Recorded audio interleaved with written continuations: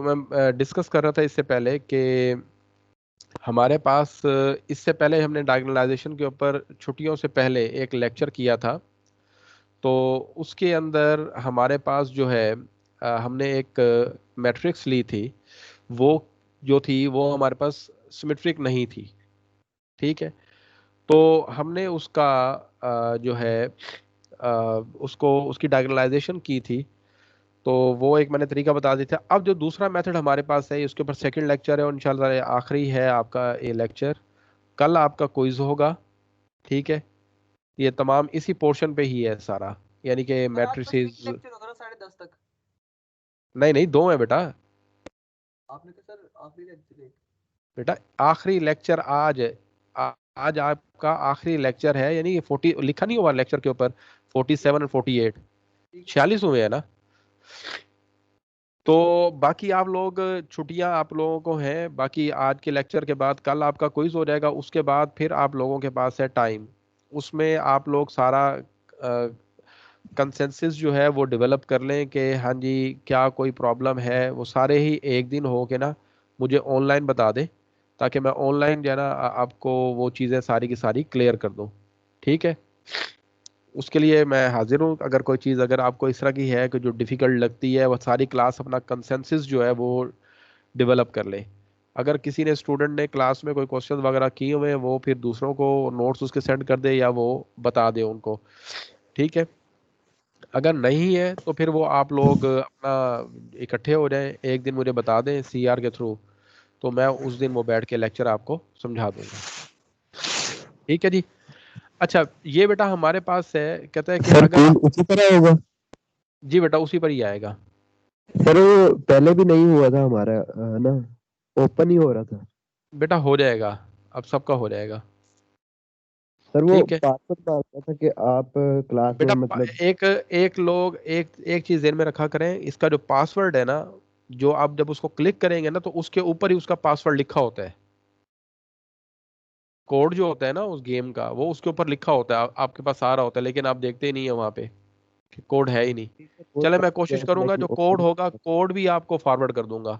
ठीक है। जी, thank you sir. अच्छा बेटा, ये हमारे पास है डायगोनलाइजेशन के ऊपर लेक्चर नंबर 2, और इसमें हमारे पास है रिपीटेड आइगन वैल्यूज। अगर आइगन वैल्यूज रिपीटेड हो तब भी वो डायगोनलाइजेबल है हमारे पास। तो इसको बिस्मिल्लाहिर्रहमानिर्रहीम करते हैं, शुरू करते हैं इसको। तो ये बेटा हमारे पास है सबसे पहले। स्क्रीन शेयर नहीं की, एक मिनट,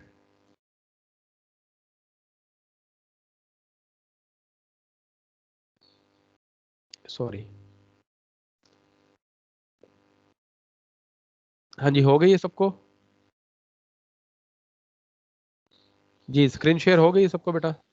जी सर हो गए स्क्रीन शेयर। अच्छा जी। जी बेटा, यहाँ पर अब आपके पास है जी सर हो गई है। मैट्रिक्स आपके पास आई हुई है यहाँ पे। तो इसको बेटा लिखते हैं हम a minus lambda I is equal to, आपके पास क्या होगा ये?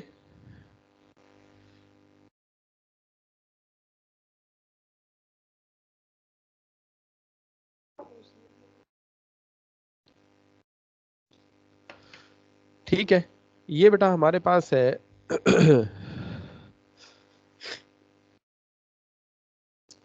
ए की जगह आप एक मैट्रिक्स लिखें। ए की जो गिवन है आपके पास वो क्या है? आपके पास 0 1 0 1 0 0 0 0 1। और बेटा हम आइडेंटिटी एक मैट्रिक्स लेंगे, वो हमारे पास होगी ऑर्डर 3 की। उसको लेमडा के साथ क्या करें आप? मल्टीप्लाई करें। तो बेटा वो बन जाएगी आपके पास लेमडा 0 0 0 लेमडा 0 0 0 और लेमडा। जी बेटा, इसको अगर जब सब्ट्रैक्ट आप करेंगे तो ये ऑब्टेन होगी बेटा आपके पास माइनस लेमडा 1, फिर आपके पास 0, देन आपके पास आएगा 1 माइनस लेमडा 0, फिर आपके पास है 0 0 और 1 माइनस लेमडा। ठीक है जी। तो ये बेटा हमारे पास आ गया। अब हम इसका क्या करते हैं? कैरेक्टरिस्टिक पॉलिनोमियल जो है वो फाइंड करते हैं। तो वो बेटा आपके पास आएगी पी ऑफ लेमडा।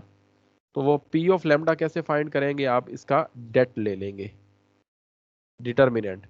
जब डेट फाइंड करेंगे तो बेटा ये आ जाएगा ए माइनस लेमडा आई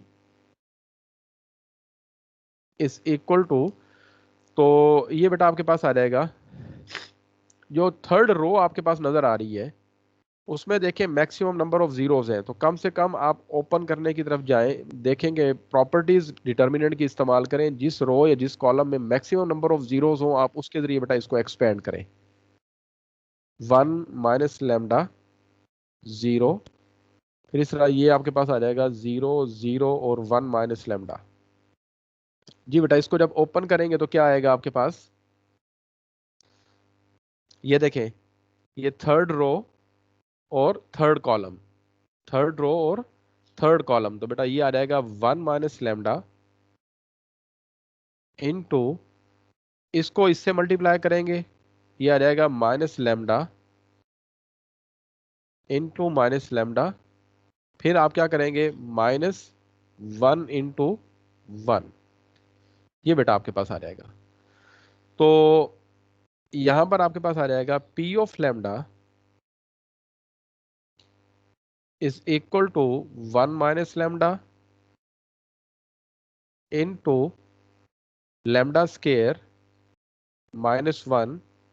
तो इसको क्या लिख सकते हैं हम, लेमडा स्केयर -1 को 1 टाइम प्लस और 1 टाइम माइनस, तो बेटा ये आपके पास आ सकता है, ये देखें 1 माइनस लेमडा इनटू लेमडा -1 और लेमडा +1। ठीक है जी, ये आपके पास आ गया। अब हमने फाइंड करनी है इसकी करेक्टरिस्टिक, ये तो हमारे पास पॉलिनोमियल आ गया, अब करेक्टरिस्टिक इक्वेशन फाइंड करनी है। तो करेक्टरिस्टिक इक्वेशन फाइंड करने के लिए हमारे पास क्या आएगी, it's characteristic equation is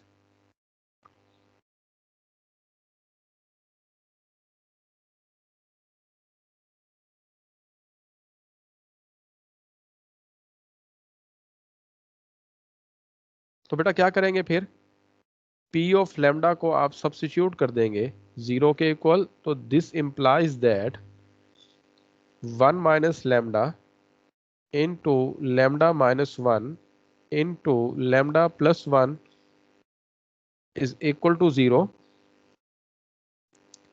This implies that lambda is equal to 1. फिर आपके पास क्या आ जाएगा, lambda is equal to 1 और lambda is equal to -1। ये बेटा तीन आइगन वैल्यूज आपके पास आएंगे, लैम्डा 1 इज इक्वल टू उसको क्या दे -1, और जबकि लैम्डा 2 और लैम्डा 3 बेटा जो हमारे पास है वो रिपीटेड फॉर्म में आ रहे हैं, उसका आंसर हमारे पास 1 आ रहे हैं। ठीक है जी, तो अब बेटा आप इस तरह करते हैं कि हम इनकी वैल्यूज फाइंड करते हैं, अब दूसरी इनके eigen corresponding eigen vectors find करते हैं। तो क्रॉसपॉन्डिंग आइगन वेक्टर्स के लिए आपके पास क्या है, तो उसके लिए बेटा आपके पास है a minus lambda I into, ये डायरेक्ट बेटा मैं यहां पर लिख रहा हूं, आपने क्वेश्चन को स्टार्ट से करना है बिल्कुल। ठीक है, जो जैसे ये लिख रहा हूँ ना a minus A X is equal to lambda X, जैसे ये लिखा हुआ है ना, मैं यहाँ पर नहीं लिख रहा, ये देखें आपने यहाँ से शुरू करना है। ये जो आपके पास है, we know that A X is equal to lambda X, फिर आप क्या लिखेंगे, this implies that A X minus lambda X is equal to 0, फिर आप इसको लिखेंगे a minus lambda into I into X is equal to 0, फिर आप इसको लेट करेंगे आप। ठीक है, a minus lambda I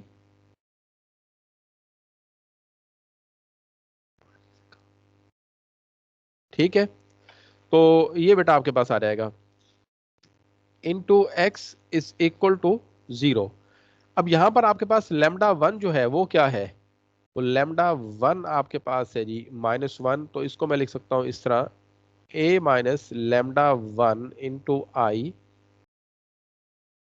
into X is equal to, तो बेटा ये आपके पास जो है ऊपर क्या था आपके पास, जो इक्वेशन मैंने लिखी थी वो बेटा हमारे पास थी -λ10 -λ1,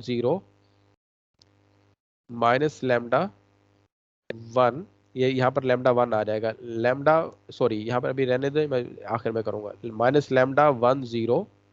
फिर आपके पास दूसरा क्या है, दूसरा आपके पास है 1 -λ0, 1 -λ0, और थर्ड आपके पास है 0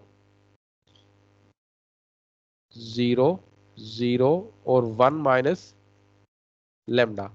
अब बेटा यहाँ पर लैम्डा जो है उसको λ1 कर देंगे, क्योंकि हमने इसकी जगह λ1 की वैल्यूज जो है वो सब्स्टिट्यूट यहाँ पर करनी है। ठीक है, तो जी यहाँ पर जी उसकी वैल्यू सब्स्टिट्यूट करेंगे और आगे क्या लिखेंगे, वो वेक्टर लिखेंगे। वेक्टर आपके पास क्या है, वो है x1 x2 x3 is equal to, सम किसके इक्वल है, 0 0 और 0। ठीक है जी, यहाँ पर बेटा सब्स्टिट्यूट करें इसको, तो क्या आता है आपके पास, λ1 किसके इक्वल है, -1 के। तो बेटा जब -1 पुट करेंगे तो ये 1 1 और 0, 1 1 और 0, ये आपके पास आ जाएगा 0 0 और बेटा ये 1 1, ये 2 हो जाएगा आपके पास। तो ये आ जाएगा आपके पास x1 x2 x3 is equal to 0 0 और 0। अब बेटा हम इसको लेट कर लेते हैं, ये मैट्रिक्स जो है 1 1 0 1 1 0 0 0 और 2, we solve it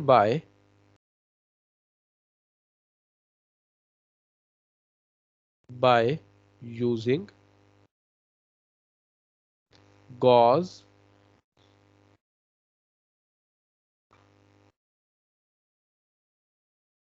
elimination method। ठीक है जी, हम इसको सॉल्व करेंगे बाय यूजिंग एलिमिनेशन मेथड। और उसके अंदर बेटा हमारे पास क्या है, by row operation. Row operation जब आप करेंगे इसको, तो यहाँ पर बेटा ये आपके पास आ जाएगा 1 1 0, R2 में से R1 क्या कर दें, माइनस कर दें, तो बेटा ये आ जाएगा 0 0 और ये 0। फिर इस तरह क्या करें आप, R3 डिवाइडेड बाय 2, तो बेटा ये आ जाएगा 0 0 और 1। ठीक है, अब यहां पर लिखते हैं by backward substitution, by backward substitution.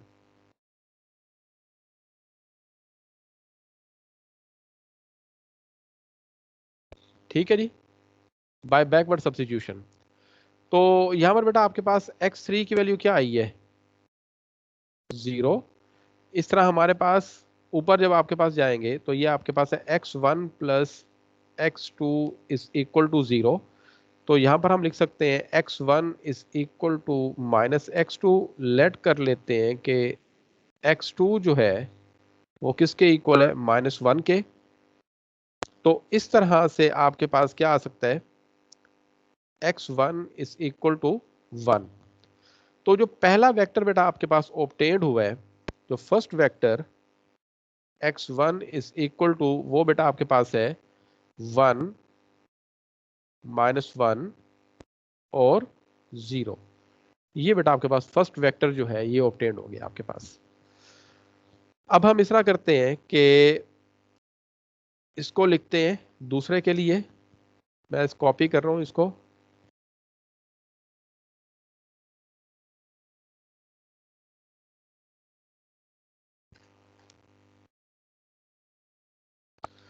दूसरे उसके लिए तो ये बेटा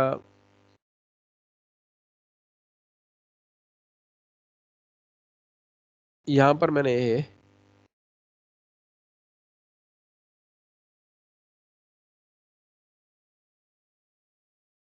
सॉरी एक मिनट,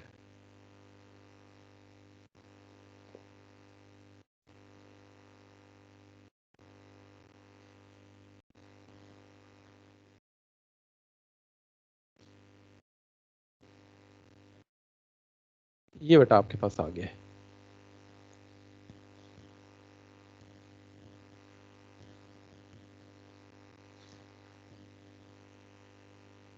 जी बेटा, अब हमारे पास जो है लैम्डा, अब हमारे पास लैम्डा यहाँ पर 1 नहीं होगा, अब लैम्डा क्या आएगा हमारे पास 2।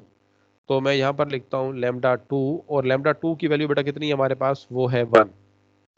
ठीक है, यहाँ पर भी ये लैम्डा 1 नहीं आएगा। ठीक है, अब ये लैम्डा 2, 2 और ये 2। अब लैम्डा 2 आपके पास क्या है, लैम्डा 2 आपके पास है 1, तो बेटा ये आ जाएगा -1, 1, 0, 1, -1, 0 और 0, 0 और 0। ठीक है, और ये वेक्टर आपके पास आ जाएगा x1, x2, x3 is equal to 0, 0 और 0। जी बेटा, इस मैट्रिक्स को अगेन लेट कर लें आप, 1, -1, 1 और 0, 1, -1, 0, 0, 0 और 0। ठीक है जी, अब आप क्या करें कि रो ऑपरेशन करें इसको, और R1 को मल्टीप्लाई कर दें नेगेटिव साइन के साथ। तो बेटा ये आ जाएगा 1, -1, 0, 1, -1, 0, 0, 0 और 0। तो यहां पर बेटा आप ऑपरेशन करें तो ये आपके पास आ जाएगा R2 -R1। तो ये आ जाएगा 1, -1, 0, यहाँ पर आ जाएगा 0, 0 और ये 0, 0, 0 और ये 0। अब बाय बैकवर्ड सब्स्टिट्यूशन,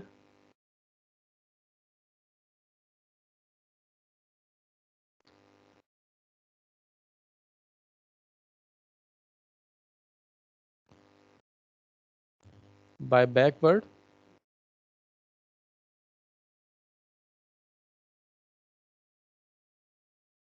ठीक है जी। तो ये बेटा आपके पास आ जाएगा x1 -x2 is equal to 0। तो यहां पर क्या आ जाएगा आपके पास, x1 is equal to x2, let कर लें कि x2 जो है वो आपके पास 1 है। तो इस केस में बेटा आपके पास क्या आ जाएगा, x1 इज इक्वल टू 1। यहाँ पर x3 की वैल्यू नहीं है बेटा आपके पास, तो वो उसको 0 कर लें आप। तो यहाँ पर ये सेकंड आइगन वेक्टर जो आएगा बेटा वो है 1, 1 और 0। अब हमारे पास जो है ये देखें, since lambda 2 and lambda 3 are identical. ठीक है, तो यहां पर जो उसका हमारे पास आइगन वेक्टर बनेगा वो बेटा हमारे पास होगा x3 इज इक्वल टू, जो इस वेक्टर के ऑर्थोगोनल हो, जो इस वेक्टर के हमारे पास क्या हो, ऑर्थोगोनल हो। तो मैंने आपको ये कहा था ऑर्थोगोनल वेक्टर इसके ये होता है कि जो वेक्टर यहां पर प्रेजेंट होगा उसको आप क्या कर दें, 0 कर दें, और जो एब्सेंट है वहां पर क्या कर दें, उसको उस कंपोनेंट को प्रेजेंट कर दें। तो यहां पर बेटा ये आपके पास बनेगा 0, 0 और -1। ठीक है जी, या इसको -1 ना करें, +1 कर दे। ठीक है जी, -1 करना है तो -1 कर दे। अब यहां पर बेटा देखें, now we check that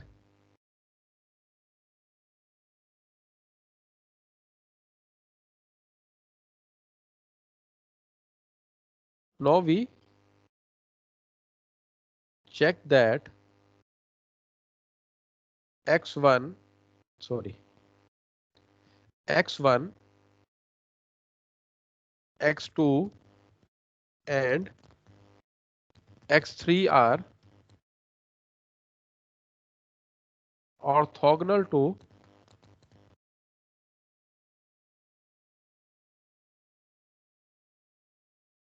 each other। तो उसके लिए क्या करते होते हैं, उसके लिए हमारे पास जो क्राइटेरिया है, हम x1 का ट्रांसपोज लेकर उसको x2 से क्या करते हैं, मल्टीप्लाई करते हैं। तो x1 बेटा हमारे पास जो है वो क्या था, x1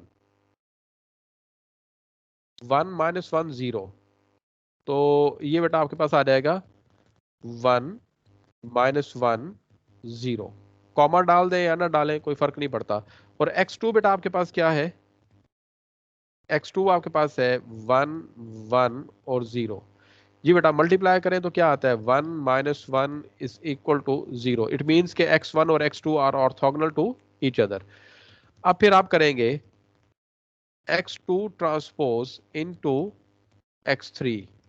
x2 आपके पास क्या है, वो है 1 1 और 0।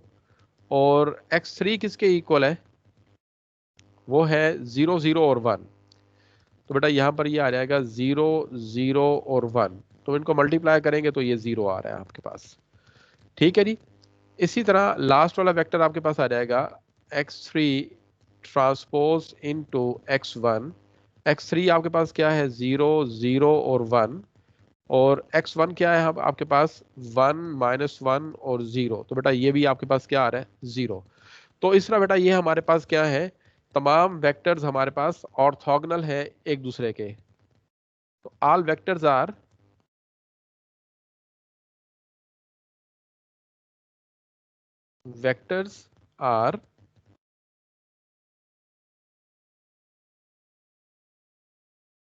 Orthogonal to each other. ठीक है जी। अब आप यहां पर करेंगे इनके नॉर्म कैलकुलेट। तो नॉर्म कैसे कैलकुलेट करेंगे आप, वो आपके पास आएगा x1 नॉर्म। तो बेटा वो आपके पास मैंने बताया था कि ये इस तरह होता है, ये x1 ट्रांसपोज इनटू x1। ठीक है। और ये बेटा आपके पास आ जाएगा x1 के कोऑर्डिनेट्स क्या थे, 1 - 1 और 0। तो बेटा ये आ जाएगा 1 + 1 + 0, so it is equal to √2। अब उसके बाद आप क्या करेंगे, x2 का नॉर्म कैलकुलेट करेंगे। तो ये आपके पास आ जाएगा x2 transpose into x2 is equal to, x2 के कोऑर्डिनेट क्या थे आपके पास, 1 1 और 0। तो वो बेटा आपके पास क्या आ जाएगा, 1 + 1 + 0। तो बेटा ये आपके पास आ जाएगा √2। इसी तरह आपके पास क्या है, x3 इज इक्वल टू, तो ये आपके पास क्या आ जाएगा, x3 ट्रांसपोज इनटू x3। तो ये बेटा आपके पास क्या आ जाएगा, 0 + 0 + 1, so it is equal to 1। अब बेटा यहां से हम कैलकुलेट करेंगे इनकी मदद से ऑर्थोनॉर्मल्स। तो यहां पर लिख देंगे हम रिक्वायर्ड ऑर्थोनॉर्मल्स आर,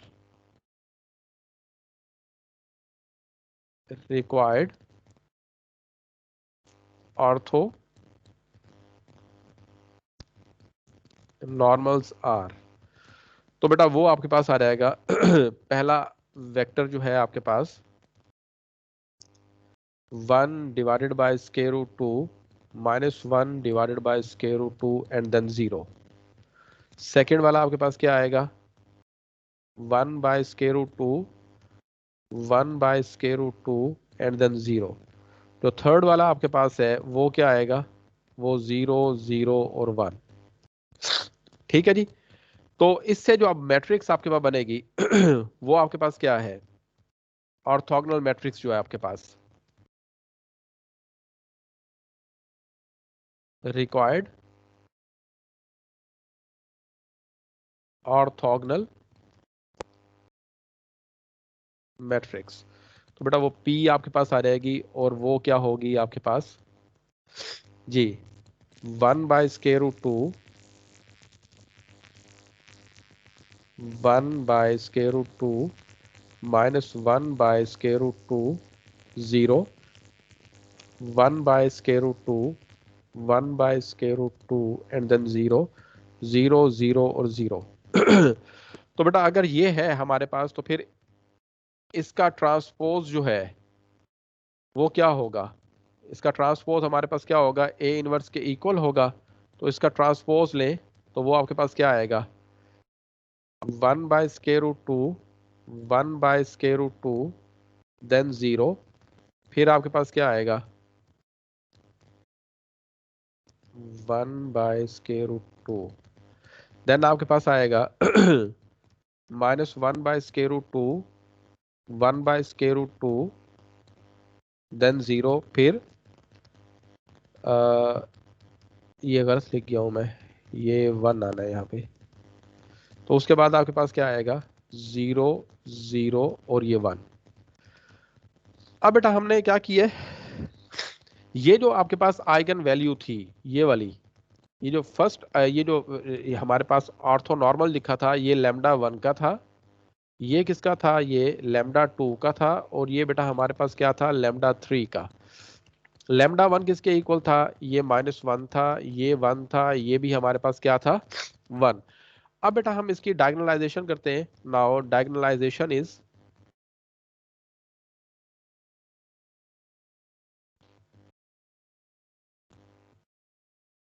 ठीक है, डायगोनलाइजेशन इज, तो बेटा वो आपके पास आ जाएगा, वहां पर हमने जो फार्मूला लिखा था वो क्या था, P inverse A P is equal to D लिखा था। अब जो हमारे पास फार्मूला बन जाएगा वो ये आ जाएगा, P इनवर्स किसके इक्वल है,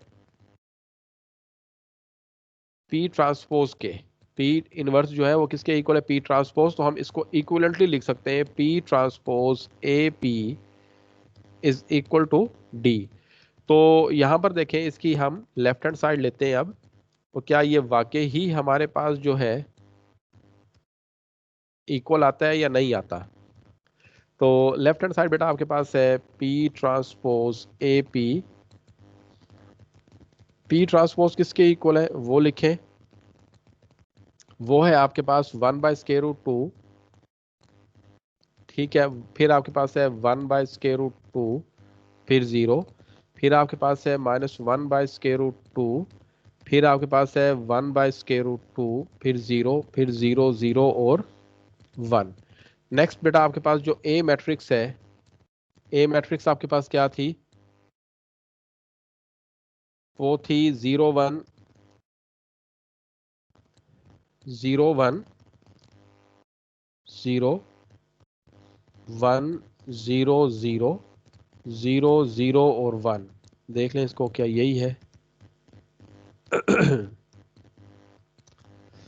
हाँ जी, जी बेटा। अब जो P मैट्रिक्स है वो लिखते हैं हम। P मैट्रिक्स आपके पास क्या है, 1/√2, -1/√2, 0, 1/√2, 1/√2, फिर 0, 0, 0 और ये 1। ये बेटा आपके पास आ गए। अब हमने इनको करना है मल्टीप्लाई, ठीक है जी। पहले 2 को कर लें, फर्स्ट वाला वैसे रहने दें, ठीक है। तो ये आ जाएगा आपके पास 1/√2, 1/√2, ये 0, फिर आपके पास आ जाएगा -1/√2, 1/√2 और ये 0, 0, 0 और ये 1। जी बेटा इनको मल्टीप्लाई करें, 0 को इससे तो ये 0 हो जाएगा, 1 को इससे करेंगे तो ये -1/√2 हो जाएगा, रिमेनिंग 0 हो जाएगा। इस तरह जब बेटा इसको करेंगे तो ये आपके पास क्या आ जाएगा, ये 1/√2।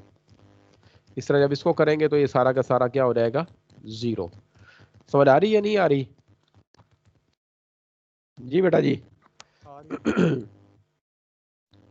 हेलो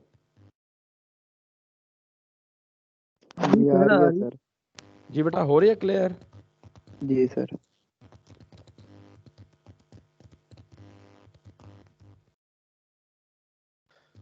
अब बेटा नेक्स्ट को मल्टीप्लाई करना है। जब नेक्स्ट को मल्टीप्लाई बेटा करेंगे तो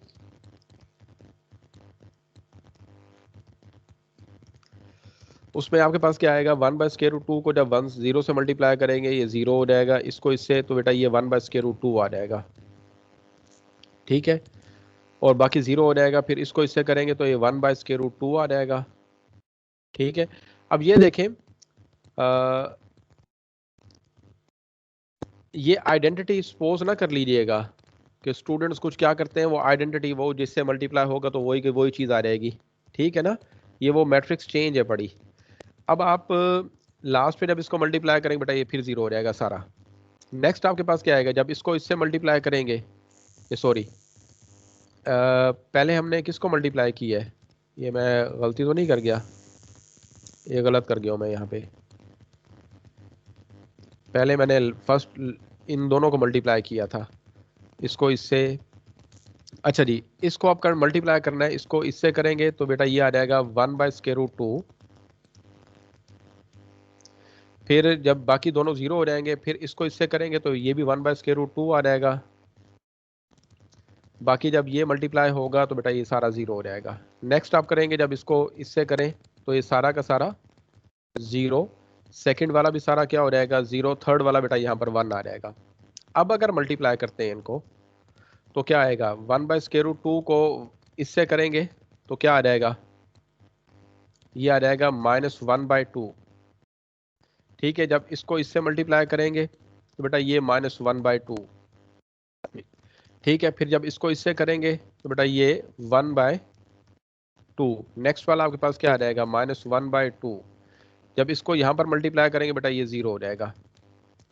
नेक्स्ट आपके पास क्या आएगा, इसको इससे मल्टीप्लाई करें -1/2, फिर वो दूसरे वाला क्या आएगा +1/2, इस तरह जब यहाँ पर मल्टीप्लाई करेंगे इसको इससे तो बेटा ये 1/2 +1/2, नेक्स्ट वाला बेटा आपके पास जीरो होता नजर आ रहा है। इस तरह लास्ट जब थर्ड करेंगे तो बेटा ये जीरो, यहाँ पर भी जीरो और ये 1 हो जाएगा।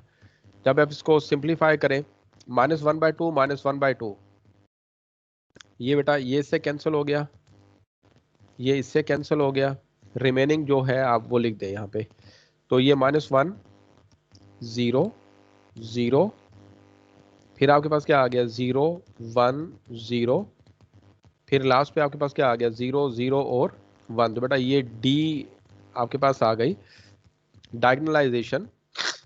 तो यहाँ पर आप देख लें कि सेम टू सेम उसी पैटर्न से ही आपके पास आई हैं ये जो आइगन वैल्यूज जिस तरतीब से हमने लिखी थी, ये देखें ये वाली वैल्यू किसकी है, ये वाली वैल्यू λ1 की है, ये वाली वैल्यू किसकी है λ2 की, और ये वाली वैल्यू किसकी है हमारे पास λ3 की, ठीक है, ये सारी वैल्यूज बेटा आपके पास आ गई यहाँ पे, ठीक है। तो ये डायगोनलाइजेशन, तो ये बेटा हमारे पास थी जो हमने यहाँ पर करना था।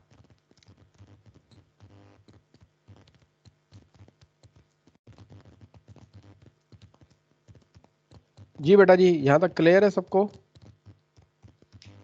कोई चीज सर आई? जी बेटा जी सर वो जी पीछे सर। आपने ना सर पीछे आपने वो जो आइगन वैल्यूज जो रैंक उसका सर 1 आया था, 2 रो 0 आ गई थी ना, हाँ तो आपने सर उधर सर वो 2 नहीं हमने लेट करने थे यानी कि नहीं पैरामीटर्स नहीं बेटा, आपने वो यहाँ पर ये वाला ना लास्ट वाला जो था ये वाला, जी सर यहाँ पर बेटा आपकी अपनी मर्जी है यहाँ पर ना कि आप यहाँ पर देखें x3 है ही नहीं हमारे पास, ठीक है, तो हमारे पास क्योंकि अगर वैल्यूज सिर्फ वैल्यू होती है हमारे पास एक तो फिर हम दूसरों को वो करते, यहाँ पर हमारे पास चांस है कि अगर हम यहाँ पर जैसे आप अब कह रहे हैं कि यहाँ पर हम इसको कर लेते हैं, ये देखें जैसे यहाँ पर आपके पास इसका रैंक कितना है, आपके पास रैंक हमारे पास 1 है, ठीक है, तो 2 को हमने सपोज करना था, अब फर्ज करो आपके पास x1 हम यहाँ पर लेट कर लेते हैं, x2 1 है और x3 भी हमारे पास क्या है 1, ठीक है, तो उसके बाद फिर आप क्या करोगे, यहाँ पर ये आपके पास आ जाएगा x1, ठीक है, इज इक्वल टू x2, तो x1 इज इक्वल टू 1, तो इससे बेटा एक वेक्टर आ जाएगा 1 1 और 1, ठीक है, ये बन गया। अब दूसरे में आप क्या करोगे, दूसरे में आप इनकी वैल्यूज को जो है रिवर्स डायरेक्शन में डाल सकते हो, लेकिन यहाँ पर ना हमारे पास x3 है नहीं यहाँ पे, ठीक है। तो हमने उसके लिए आसानी यहाँ पर ये की है कि अब अगर मैं, अब जो ऊपर वेक्टर हमारे पास गिवन था वो क्या था, x1, वो था 1, -1 और 0। अगर बेटा मैं मल्टीप्लाई करता हूँ 1 को 1 से करता हूँ तो ये तो आ गया 1, फिर -1 को +1 से करता हूँ तो -1, लास्ट वाला 0 हो जाएगा। तो इट मीन्स कि ये दोनों तो हो गए, ठीक है। लेकिन अब प्रॉब्लम है थर्ड वेक्टर के लिए। तो थर्ड वेक्टर आप क्या करेंगे आप, क्योंकि λ2 और λ3 हमारे पास वो है, बड़े सेम है, तो अब क्या करेंगे। हाँ जी, तो सर हम वो जो हमने लेट किया x3 उसको हम -1 कर लेते हैं। क्या चीज, जो हमने दूसरा लेट किया था उसे चेंज कर लेते हैं ना, उसे 1 नहीं रखते। उसको क्या करना है आपने, उसको चेंज कर लेते हैं ना, 2 लेट करने ना, थे ना पैरामीटर, एक 2 हाँ तो दो ही डिफरेंट कर लेते चलो दो डिफरेंट कर लो, फर्ज करो ये दो मैंने कर लिया, ठीक है, समझ आ गई है, ये अब तो हो गया। अब आप क्या करोगे, अब नेक्स्ट वाले पे क्या करोगे, हम इसको क्या करें अब बताओ, नेक्स्ट क्या सपोज करें। ठीक है सर, आ अब गई वो अब एब्सेंट यहाँ पर ये देखो ना, x3 को आप x3 को लेट भी तो कर सकते हो, 0 भी तो लेट कर सकते हो, जी सर। ठीक है। x3 को लेट ये भी कर सकते हो, ये देखो। अब एक मैं आपको चीज बताऊं यहाँ पर, तो ये बेटा हमारे पास जो है, ये कर लेते हैं, ये देखें कि x2 को मैंने 1 लेट कर लिया, x3 को मैंने क्या लेट कर लिया, 0। तो इस तरह मेरे पास जो है वो जो इक्वेशन थी, इक्वेशन हमारे पास थी x1 is equal to x2, तो ये भी बेटा x1 भी हमारे पास 1 आ गया, तो ये क्या आ गया 1, 1 और 0। अब दूसरे में मैं लेट कर लेता हूँ x2 इज इक्वल टू 0 और x3 इज इक्वल टू 1, ये इस तरह कर लें आप। तो उस तरह फिर आपके पास क्या x1 is equal to x2 था, तो x2 0 है तो x1 भी क्या आ जाएगा, 0 आ जाएगा। तो इस तरह हमारे पास x1 भी 0, x2 भी 0, x3 1 आ गया, ठीक है जी, वही वेक्टर आ गया आपके पास दोबारा, ठीक है। जी सर। कोई एक आइगन वेक्टर कंप्लीट 0 नहीं होना चाहिए। अब दो आइगन वैल्यूज करनी है तो एक को आप 0 कर लो, एक को आप प्लस कर लो, ठीक है, इस तरह भी कर सकते हो। क्लियर है अब। जी सर। हाँ जी, किसी और का कोई प्रॉब्लम हो। नहीं सर। अब ये बताएं कि ये डायगनलाइजेशन जो है, अब आप लोगों ने पढ़ लिया कि ये डायगनलाइजेशन हमने कर ली है, तो ये डायगनलाइजेशन का मतलब हमारे पास क्या है जी। अब आपके पास मैंने बताया था शुरू में कि आइगन का मतलब क्या होता है, आइगन का मतलब क्या होता है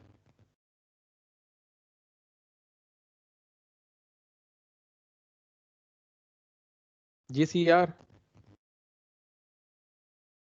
आइगन का मैंने शुरू शुरू में मतलब बताया था कि आइगन, मैंने कहा ये वर्ड जो है ये किस लैंग्वेज से लिया गया है, सर ये ग्रीक लैंग्वेज से। ग्रीक से नहीं है, ये जर्मन से है।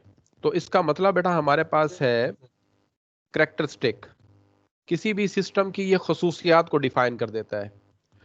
तो ये ऐसी खसूसियात को पोजेस हो जाती हैं जो कि चेंज नहीं होती, यानी कि अनचेंजेबल होती हैं। अगर वो कहता है कि अगर इस वैल्यू के अगेंस्ट अगर ये वाला वेक्टर आ जाए, ये वाला वेक्टर आ जाए, तो ये हमारे पास उसकी डोमिनेशन को शो कर देता है कि ये इस डायरेक्शन में चेंज नहीं होगा। तो इसी तरह जैसे ये फर्ज करें, मैंने यहाँ पर ये एक बॉक्स बना देता हूँ, तो ये एक आप नजर आ रहा है कि ये एक स्केयर बॉक्स है आपके पास, ठीक है। इसकी करेक्टरिस्टिक्स अपनी होंगी हमारे पास। करेक्टरिस्टिक्स क्या होंगी इसकी, इसकी करेक्टरिस्टिक होंगी बेटा हमारे पास 1 और 0, और दूसरी यहाँ पर भी क्या क्या हमारे पास 0 और 1, यानी कि ये 1 यूनिट हमारे पास अलोंग एक्स एक्सिस था और उसके अगेंस्ट हमारे पास ये 1 यूनिट अलोंग वाई एक्सिस था। तो ये कोऑर्डिनेट्स दोनों आ गए। तो फिर इस डायगोनल की जो लेंथ है बेटा ये क्या होगी, ये जो डायगोनल लिखा हुआ है, ये जो एरो बन रहा है, यहाँ पर देखें, इसके क्रॉसपॉन्डिंग आप अगर देखें, x की वैल्यू कितनी है हमारे पास, यहाँ पे 1 है, और y की वैल्यू कितनी बेटा हमारे पास, वो भी 1 है। तो अगर मैं इसको, इस वेक्टर को थोड़ा सा अगर मैं चेंज कर दूं, जैसे यहाँ पर था, मैं इसको यूनिट्स ड्रा कर लेता हूँ यहाँ पे, ये 1 यूनिट और ये 2 यूनिट, ये आपके पास 1 यूनिट है। मैं इसको अलोंग द एक्स एक्सिस जो है वो थोड़ा रोटेट करता हूँ। ये देखें यहाँ तक तो, सॉरी,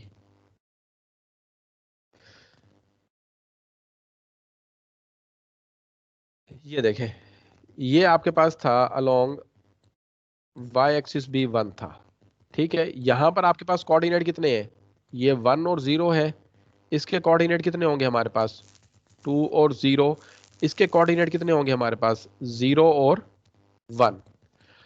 अब मैं इस तरह करता हूं, तो अगर इसकी ओरिजिनल वैल्यू देखा जाए तो वो तो ये वाली है, ठीक है, ये वाली बेटा आपके पास आ रही है, और इस पॉइंट के कोऑर्डिनेट क्या थे, 1 1, और इसका जो आइगन वेक्टर था बेटा वो इस तरह, ये हमारे पास उसकी जो वैल्यू आ रही थी। अच्छा, अब अगर मैं इसको थोड़ा सा एक्सटेंड करूं, थोड़ा सा एक्सटेंड करते हुए मैं इसको ले जाता हूं यहाँ पे, अब इसकी इस पोजीशन की कोऑर्डिनेट्स बताएं तो कौन बताएगा मुझे, इसके कोऑर्डिनेट्स क्या आएंगे, वो आएगा 2 और 1।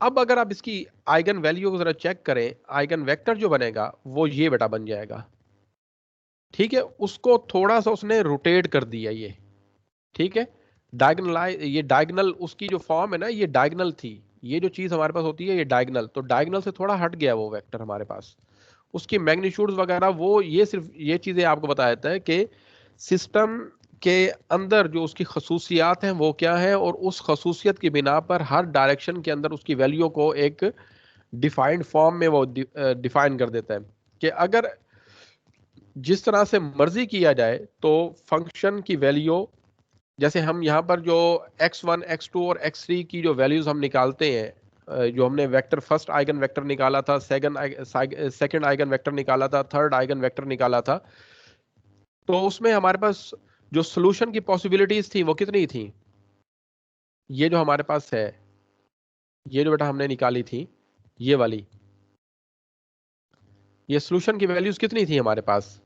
इन केसेस के अंदर जब हमारे पास ऐसा आ जाए कि रैंक जो है वो नंबर ऑफ वेरिएबल से लेस हो, तो कितनी सॉल्यूशंस की पॉसिबिलिटीज आ सकती हैं आपके पास, सॉल्यूशन की पॉसिबिलिटीज कितनी हो सकती हैं, या कितने टाइप का सॉल्यूशन हो सकता है, इनफाइनाइट आता है। इनफाइनाइट नंबर्स ऑफ सॉल्यूशंस हो सकते हैं हमारे पास। वो भले इनफाइनाइट हो जाए लेकिन वो उसकी कैरेक्टरिस्टिक को चेंज नहीं करेंगे, वो उसके कैरेक्टरिस्टिक को चेंज नहीं करेंगे, क्योंकि उसके उसके कैरेक्टरिस्टिक्स जो है डिफाइन कर दी गई हैं इसके ऊपर, हम इसके मुताबिक अब वो सारा सिस्टम डिफाइन कर रहे हैं। अब ये सारी जो मैट्रिक्स आपके पास आ रही है वो इस लैम्डा 2 पर डिफाइंड है, ठीक है। अब इस लैम्डा 2 की बिहाफ पर मैं जो मैट्रिक्स निकालूंगा यहाँ पे, उसको जिस तरह से मर्जी उसका मैं सोल्यूशन निकाल लूं, अब सोल्यूशन इनफाइनाइट है, लेकिन वो जो जिस तरह के भी सोल्यूशन होंगे वो इस लैम्डा 2 को क्या करेंगे, सेटिस्फाई करेंगे, वो इस लैम्डा 2 को क्या करेंगे, सेटिस्फाई करेंगे। तो इस तरह से आपके पास जो मर्जी आपके पास वेक्टर्स आ जाएं, जिस तरह के मर्जी वेक्टर्स आ जाएं, लेकिन वो उस सिस्टम के कैरेक्टरिस्टिक्स को चेंज नहीं करेंगे, क्योंकि आपने कैरेक्टरिस्टिक्स के बिहाफ पर वो वेक्टर्स निकाले हुए हैं, ठीक है। अब जैसे ये मैंने डिफाइन अभी की है, यहां पर आपके पास पहले एक वेक्टर था, ये वाला आपके पास, ठीक है ना, एक 1 0, ये तो हमारे पास ना बहुत सारी प्रॉपर्टीज आ जाती हैं, जैसे आप लोगों ने फिजिक्स के अंदर पढ़ा हुआ है, ट्रांसलेटरी मोशन, वाइब्रेटरी मोशन, या इस तरह की जो चीज़ें आपने पढ़ी हुई हैं, इमेज का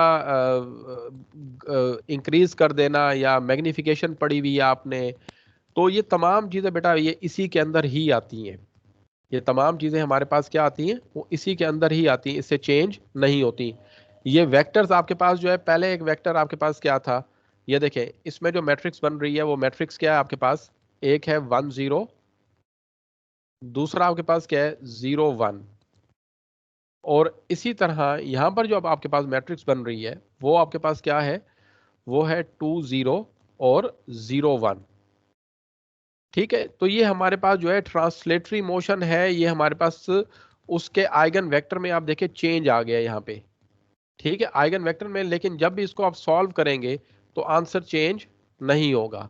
तो ये अभी मैं इसको सही तरह फिलहाल बता नहीं रहा, लेकिन जो चीज़ मैंने बताने की थी वो ये थी कि आपके पास अगर आप आइगन वैल्यूज को फाइंड कर लेते हैं तो उसके क्रॉसपॉन्डिंग जो भी आप आइगन वेक्टर फाइंड करेंगे वो जो मर्जी हो उसके करेक्टरिस्टिक्स को वो चेंज, वो उसकी आइगन वैल्यू आइगन वेक्टर्स जो भी मर्जी आ जाए वो उस एक एक आइगन वैल्यू के अगेंस्ट है, जो मर्जी आ जाए सोल्यूशन टाइप उसके, तो वो उसको चेंज नहीं करेंगे। वो उसके ये आपके पास है, इसकी एग्जांपल अगर आप देखना चाहें तो आपके पास नेट पर बहुत ज़्यादा मटेरियल अवेलेबल है, तो उस पे से आप देख सकते हैं। ठीक है, तो ये ज़रा देखें, मैं एक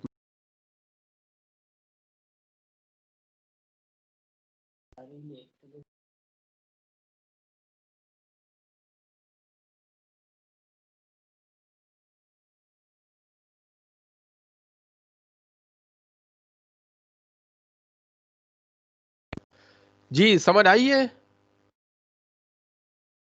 सलमान, क्या मैंने बताया है?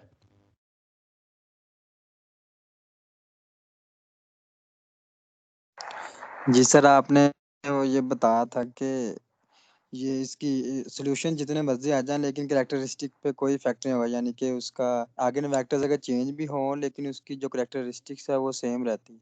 वो कैरेक्टरिस्टिक का बेस किसके ऊपर कर रही है बेसिकली? वो उसकी आइगन वैल्यूज के ऊपर। अब उस एक आइगन वैल्यू के अगेंस्ट कितने आइगन वेक्टर बन सकते हैं उसके? एक के अगेंस्ट उसके सोल्यूशन वेक्टर जो है कितने बन सकते हैं? इनफाइनाइट हो सकते हैं हमारे पास। जो जी सर। भी निकालेंगे, जो भी निकालेंगे वो होगा तो डिफाइन तो उसी को ही करेगा ना, डिफाइन तो उसी को ही करेगा। तो इसलिए उस सिस्टम के कैरेक्टरिस्टिक्स चेंज नहीं होंगी। ठीक है जी। जी अब बेटा दूसरा एक जो है इसको देख लेते हैं यहाँ पे। ये देखें, ये एक और आपके पास है सिमेट्रिक मैट्रिक्स, आपके पास गिवन है यहाँ पे। मैं इसको यहीं से डिफाइन कर देता हूँ। तो ये एग्जांपल नंबर 5 है। जी बेटा सबको समझ आ रही है नहीं आ रही? जी सर आ रही है।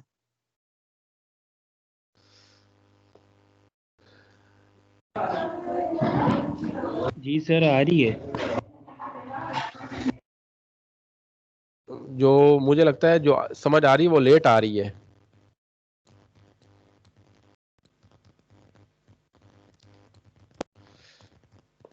जी बेटा अब नेक्स्ट आपके पास है एग्जाम्पल ले लेते हैं। सिमेट्रिक मैट्रिक्स आपके पास है, लास्ट में आपके पास मैट्रिक्स जो थी वो भी आई थिंक सिमेट्रिक ही थी।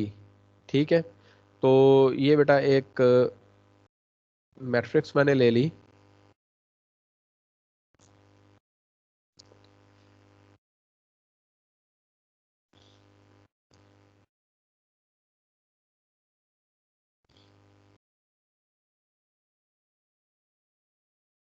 जी बेटा अब इसके आइगन वेक्टर्स वगैरह भी दिए हुए हैं, आइगन वैल्यूज भी हैं आपके पास, तो वो मैं लिख रहा हूँ यहीं पे, यहीं से कॉपी कर रहा हूँ उसको मैं।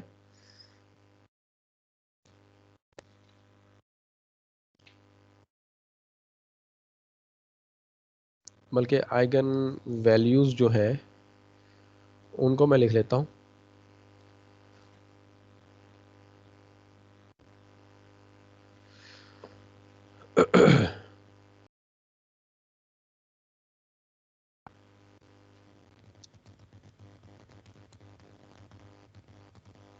जी बेटा ये इसकी आइगन वैल्यूज आपके पास मैंने लिख दी। तो बाकी क्वेश्चन को हम देख लेते हैं। सही समझ आ गई बेटा?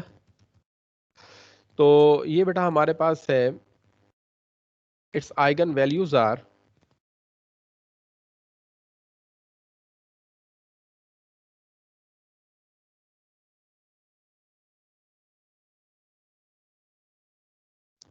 इट्स आइगन वैल्यूज आर, वो बेटा हमारे पास है lambda 1 is equal to 11, lambda 2 is equal to और लैम्डा 3 इज इक्वल टू 8। तो इस केस के अंदर बेटा हमारे पास है A minus lambda I into X is equal to 0, या इसको इज इक्वल टू, तो बेटा ये आपके पास क्या बनेगा, ये बनेगा 9 माइनस लेमडा, फिर 1, फिर 1, ये 1, 9 माइनस लेमडा 1, फिर आपके पास आ जाएगा 1 1 और 9 माइनस लेमडा, और यहाँ पर आपके पास आ जाएगा x1 x2 और ये x3 इज इक्वल टू 0 0 और ये 0। अब बेटा पहली आइगन वैल्यू लेते हैं इसकी, वो बेटा हमारे पास है 4 लैम्डा 1 इज इक्वल टू 11। तो उसके अगेंस्ट बेटा आपके पास क्या आएगा, a minus lambda 1 I into X is equal to, जी बेटा यहाँ पर लैम्डा 1 की वैल्यू सब्स्टिट्यूट करें तो क्या आती है ये आपके पास आ जाएगा 9 माइनस लैम्डा 1 1 1 1 9 माइनस लैम्डा 1 फिर 1 और ये 1 1 और 9 माइनस लैम्डा 1, ठीक है। और ये बेटा आपके पास आ गया x1 x2 x3 is equal to 0 0 और ये 0। जी बेटा इसमें सब्स्टिट्यूट करें, लैम्डा 1 किसके इक्वल है, ये x1 x2 x3 is equal to 0 0 और 0। लैम्डा 1 किसके इक्वल है बेटा 11 के, तो 9 माइनस 11 माइनस 2 1 1 1 माइनस 2 1 और ये 1 1 और ये 2, सॉरी माइनस 2। तो यहां पर बेटा इसका करते हैं कि लेट करते हैं इसको, यहां पर आपके पास है -2 1 1 1 -2 और 1, फिर आपके पास है 1 1 और -2। तो बेटा ये रो ऑपरेशन, रोज रो नंबर 2 और रो नंबर 1 को इंटरचेंज कर लेते हैं, तो ये आ जाएगा रो 1 2 R12 1 -2 1 -2 1 और 1, उसके बाद आपके पास क्या आएगा 1 1 और -2, फिर आपके पास है 1 -2 1, हाँ जी R2 + 2 R1, तो बेटा ये आ जाएगा -2 + 2 ये 0 हो जाएगा। फिर आपके पास क्या आएगा, फिर आपके पास आ जाएगा जी 4 1 + 4 ये 5 हो जाएगा। फिर आपके पास क्या आ जाएगा 1 + 2 तो 3 आ जाएगा। इसी तरह आपके पास क्या आ जाएगा R3 - R1, तो बेटा ये आपके पास आ जाएगा 1 - 1 0 1 - 1 + 2 3 और लास्ट आपके पास क्या आएगा -2 -1 -3। ये जरा देखें इसको, ये सही मैंने किया यहाँ पे ऑपरेशन, ये सेकंड वाला R2 + 2 R1, R2 आपके पास -2 + 2 0 1 + 4, सॉरी ये गलत हो गया, ये देखें ये गलती कर गया हूं मैं, 1 - 4 तो -3 आता है बेटा, ठीक है जी। अब आपके पास आ जाएगा 1 - 2 1 0, बेटा 3 से डिवाइड कर दें, -1/3 से 3 से -3 से डिवाइड कर दें R2 को और 3 से डिवाइड कर दें R3 को, बेटा ये 0 1 1 और ये 0 1 1, तो ये आपके पास आ जाएगा 1 - 2 1 R2 - R3, तो बेटा ये आ जाएगा 0 1 1 0 0 और 0। -1 आएगा। जी बेटा -1 आएगा सेकंड रो के एंड में। R2 के एंड में जी ये बेटा आपके पास। और इसका भी आता है कोई, ये -3, तो बेटा ये -1 और ये भी -1। सही है जी। जी सर। जी बेटा अब यहां पर आपके पास है बाय बैकवर्ड सब्स्टिट्यूशन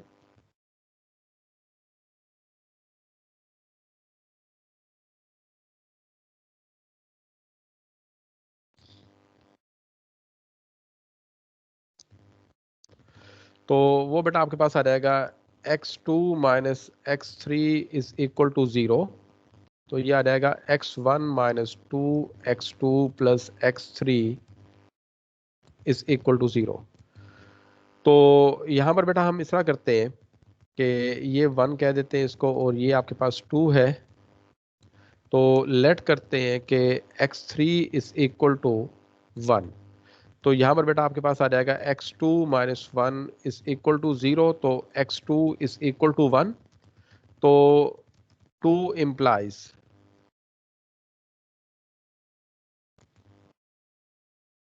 तो ये आ जाएगा x1 माइनस 2x2, तो ये 2 हो जाएगा और ये +1 हो जाएगा। This implies that x1 is equal to 1। तो बेटा जो फर्स्ट वेक्टर आपके पास आ गया वो क्या है, first vector is equal to 1 1 और 1, ये ट्रांसपोज बेटा। ठीक है जी। नेक्स्ट बेटा हमारे पास है, हम इसी को कॉपी कर लेते हैं।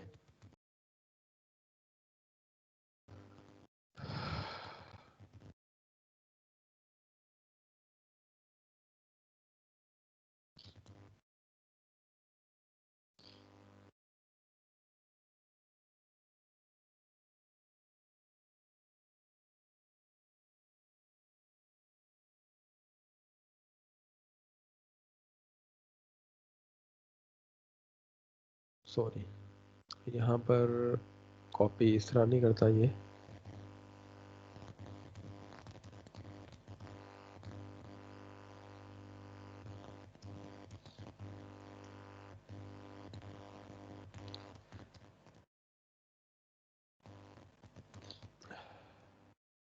जी बेटा जी, ये आपके पास आ गया है यहाँ पे।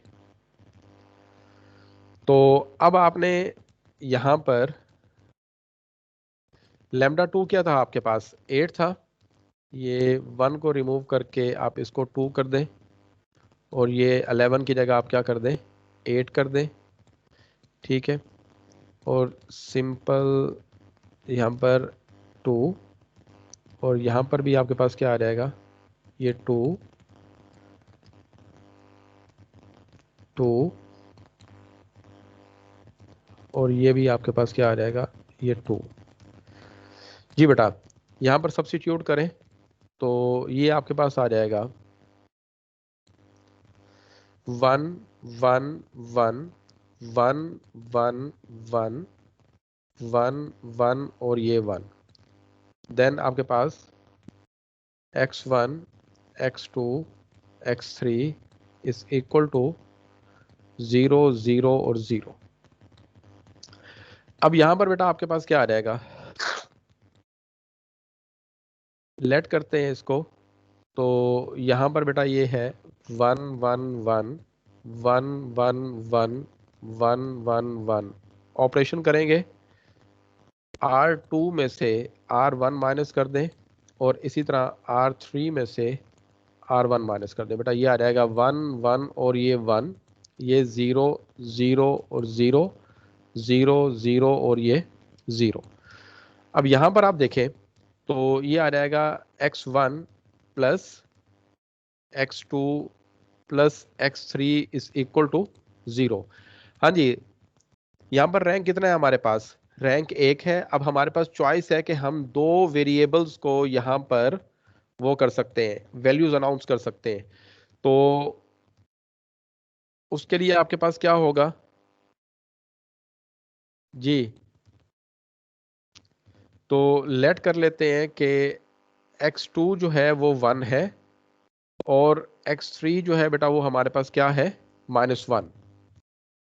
ठीक है, तो इस तरीके से, या फिर आप ये कर लें, पहले इनको सपोज कर लें कि x1 x2 भी 1 है, x3 भी 1 है आपके पास, तो ये आपके पास आ जाएगा x1 + 1 इज इक्वल टू 0, तो x1 इज इक्वल टू -2 आ जाएगा। तो इस तरीके से आपके पास चॉइस आपने इस तरह से करनी है कि आपके पास वेक्टर्स तमाम जो हैं वो ऑर्थोगोनल भी हों। तो बेटा ये सेकंड आइगन वेक्टर जो बनेगा आपके पास वो है -2 1 और 1, ये ट्रांसपोज। उसके बाद बेटा हमारे पास जो है थर्ड के लिए आप इससे पहले ये फर्स्ट टाइम आपने ये चूज कर लिया, सेकंड टाइम आप ये चूज कर लें, x2 इज इक्वल टू -1 और x3 इज इक्वल टू 1, ये चूज कर लें। तो उस तरह आपके पास फिर क्या वेक्टर बनेगा, उसके लिए वेक्टर बनेगा x1 + x2 + x3 is equal to 0। तो वो x1 आपके पास क्या आया, x1 x2 किसके इक्वल है, -1 के, x3 किसके इक्वल है बेटा 1 के, तो ये 0। तो x1 इज इक्वल टू क्या आ जाएगा 0। तो बेटा इस तरह हमारे पास जो थर्ड आइगन वेक्टर आएगा आपके पास वो ये है 0 -1 और 1। ठीक है, अब इनकी ऑर्थोगोनैलिटी चेक कर लें आप। ऑर्थोगोनैलिटी जब इसकी आप चेक करेंगे तो वो आपके पास है x1 ट्रांसपोज इनटू x2। तो x1 आपके पास क्या था, 1 1 1। ठीक है जी, तो ये बेटा आपके पास था 1 1 1, और जो x2 आपके पास है वो है -2 1 और 1। मल्टीप्लाई करके देखें जी, -2 + 1 + 1 इज इक्वल टू 0। फिर आपके पास क्या आ जाएगा, x2 transpose into x3। x2 किसके इक्वल है, -2 1 और 1। x3 किसके इक्वल है, वो हमारे पास है 0 -1 और 1। बेटा ये आपके पास आ जाएगा 0 -1 + 1, तो बेटा ये हमारे पास ये भी 0 हो गया। फिर आपके पास क्या है यहाँ पे, x3 transpose into x1। x3 किसके इक्वल है आपके पास, वो है 0 -1 और 1, और x3 किसके इक्वल, x1 किसके इक्वल है 1 1 1। तो बेटा ये आपके पास आ जाएगा 0 प्लस -1 + 1, तो अगेन ये भी बेटा हमारे पास 0। तो all the eigenvectors are orthogonal to each other. अब बेटा हमारे पास यहां पर लिख दे all eigenvectors are orthogonal to each other. ठीक है, अब बेटा हम इनके नॉर्म्स फाइंड कर लेते हैं। x1 का जो नॉर्म आपके पास आएगा वो मैं डायरेक्ट कंप्यूट कर रहा हूं, तो वो आपके पास होगा 3। इस तरह हमारे पास जो है x2 का जो नॉर्म आपके पास आएगा,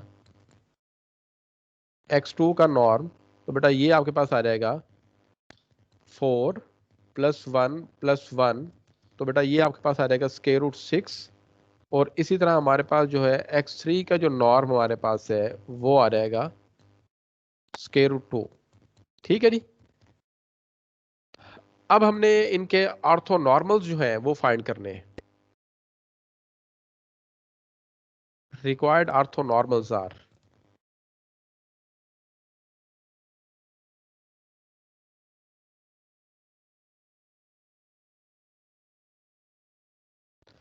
जी बेटा फर्स्ट का जो हमारे पास बनेगा वो है 1/√3 1/√3 1/√3। तो सेकंड वाला बेटा हमारे पास जो है वो आ जाएगा -2/√6 1/√6 और 1/√6। ठीक है, और थर्ड वाला जो हमारे पास आएगा 0 -1/√2 और 1/√2। यही बेटा आइगन वैल्यूज थी आपके पास। सॉरी आइगन वेक्टर्स थे इनके। हाँ जी ठीक है। अब रिक्वायर्ड और जो ऑर्थोगोनल मैट्रिक्स बनेगी, रिक्वायर्ड ऑर्थोगोनल मैट्रिक्स इज, वो आपके पास आ जाएगी P is equal to 1/√3, 1/√3, 1/√3 minus 2/√6, 1/√6 और 1/√6। ठीक है, और ये 0 माइनस 1/√2 और 1/√2। इसका जब ट्रांसपोज फाइंड करेंगे आप, वो क्या आएगा आपके पास 1/√3 माइनस 2/√6 और ये 0। फिर आपके पास है 1/√3, फिर 1/√6 और माइनस 1/√2। लास्ट पे आपके पास है 1/√3, 1/√6 और 1/√2। अब बेटा आपने प्रूफ करना है ये वाला, ठीक है, कि P transpose AP is equal to diagonal, यानी कि आपके पास ये चीज आनी चाहिए। जब आप वहां पे प्रूफ करेंगे तो आपके पास ये 11 0 0 0 8 0 0 0 और 8, ये पहली आइगन वैल्यू थी आपके पास, ये वाली, ये λ1 था, ये आपके पास λ2 था, और ये बेटा हमारे पास क्या है λ3। तो ये बेटा आप लोगों ने प्रूफ करना है इसको अब। ठीक है, तो क्वेश्चंस देख लें, जो क्वेश्चंस आप लोग इसके करेंगे। ठीक है, ये देखें उसने प्रूफ भी किया हुआ है यहाँ पे जी। यहां पर अब आपके पास है